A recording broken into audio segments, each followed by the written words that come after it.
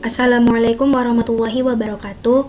Di sini saya Lucy Rizka Destiana, NIM 9323075520, Prodi Tadris Matematika kelas C, Fakultas Tarbiyah IAIN Kediri 2020, akan menjelaskan tentang mata kuliah Logika dan Himpunan Matematika bab Himpunan. Pengertian himpunan. Himpunan adalah kumpulan benda atau hal-hal lain yang telah terdefinisi secara jelas. Benda atau hal-hal lain tersebut disebut elemen atau unsur atau anggota himpunan. Yang kedua, ada kardinalitas.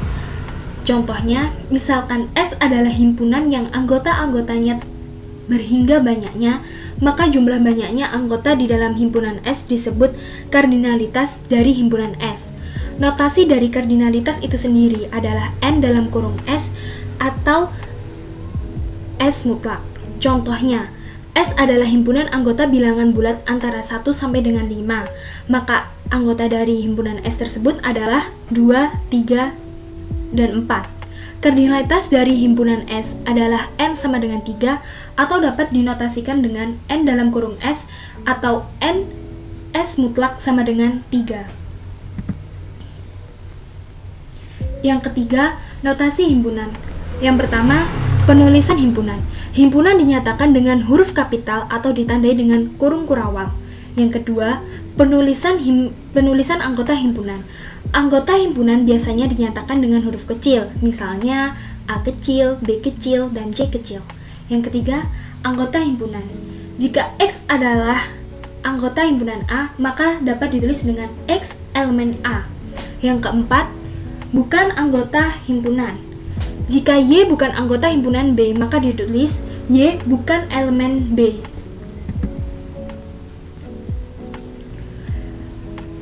Yang keempat, macam-macam himpunan dibagi menjadi 5. Yang pertama, himpunan kosong. Himpunan kosong adalah himpunan yang tidak mempunyai anggota.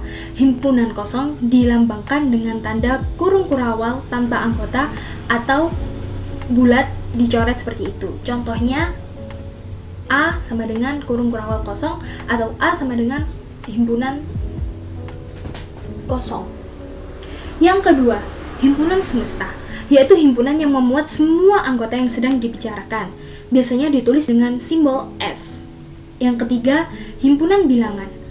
Di sini ada 5, yaitu himpunan bilangan asli biasa dinyatakan dengan N. Dimulai dari angka 1, 2, 3 anggotanya. Yang kedua, himpunan bilangan cacah. Biasanya dilambangkan dengan huruf C yang anggotanya dimulai dari bilangan 0. Kemudian 1, 2, 3, dan seterusnya. Yang ketiga, himpunan bilangan bulat. Biasanya dilambangkan dengan huruf Z. Himpunan bilangan bulat ini tidak terhingga ya. Jadi bisa mulai dari -1, 0, 1, dan seterusnya.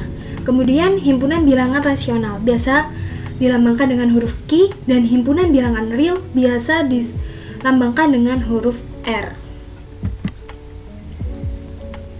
Macam-macam himpunan yang keempat adalah himpunan terhingga dan tak terhingga. Himpunan terhingga adalah himpunan yang banyak anggotanya terhingga. Contohnya P, di mana X adalah X bilangan anggota bilangan asli yang kurang dari 0. P adalah himpunan terhingga karena elemen-elemennya terhingga, yaitu 1, 2, 3, 4, 5, 6, 7, 8, dan 9.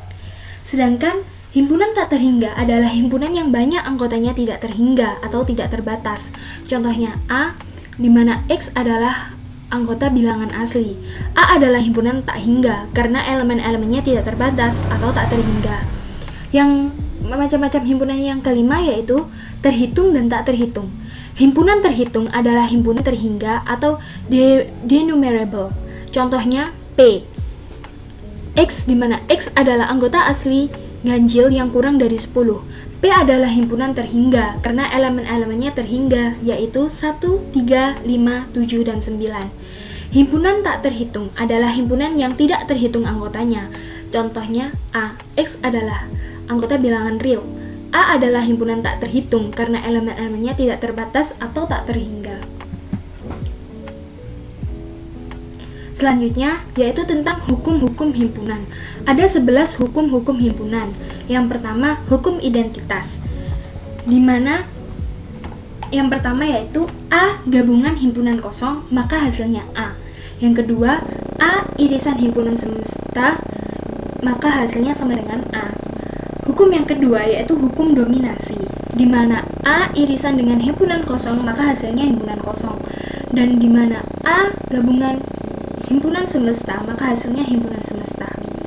Hukum yang ketiga yaitu hukum komplement, di mana A gabungan A komplement, maka hasilnya himpunan semesta. Yang kedua, di mana A irisan A komplement, maka hasilnya adalah himpunan kosong. Yang keempat adalah hukum idempoten, di mana A gabungan A, maka hasilnya A. Yang kedua, di mana himpunan A irisan himpunan A, maka hasilnya A.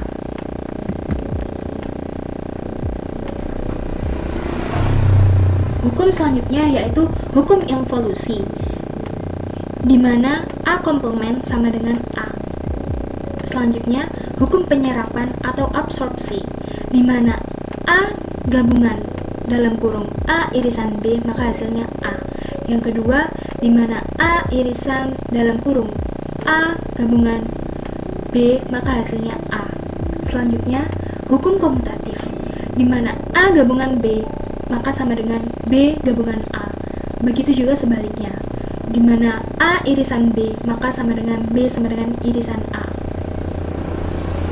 Yang selanjutnya, hukum asosiatif, di mana A gabungan dalam kurung B gabungan C, maka sama dengan A gabungan B dalam kurung gabungan C.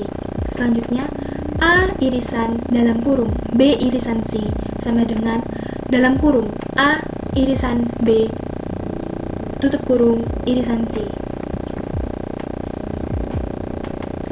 Selanjutnya, hukum distributif, di mana A gabungan dalam kurung B irisan C, maka sama dengan dalam kurung A gabungan B tutup kurung irisan dalam kurung A gabungan C.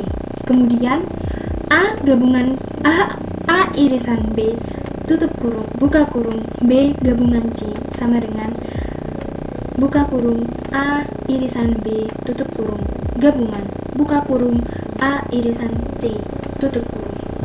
Selanjutnya adalah hukum De Morgan,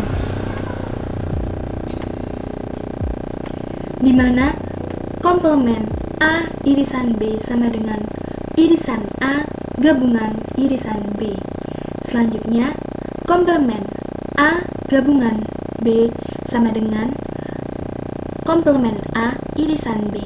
Dan yang terakhir adalah hukum 0/1, di mana komplement himpunan kosong sama dengan himpunan semesta.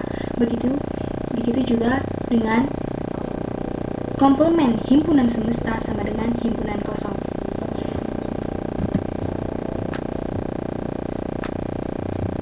Sekian tugas yang dapat saya sampaikan, kurang lebihnya mohon maaf.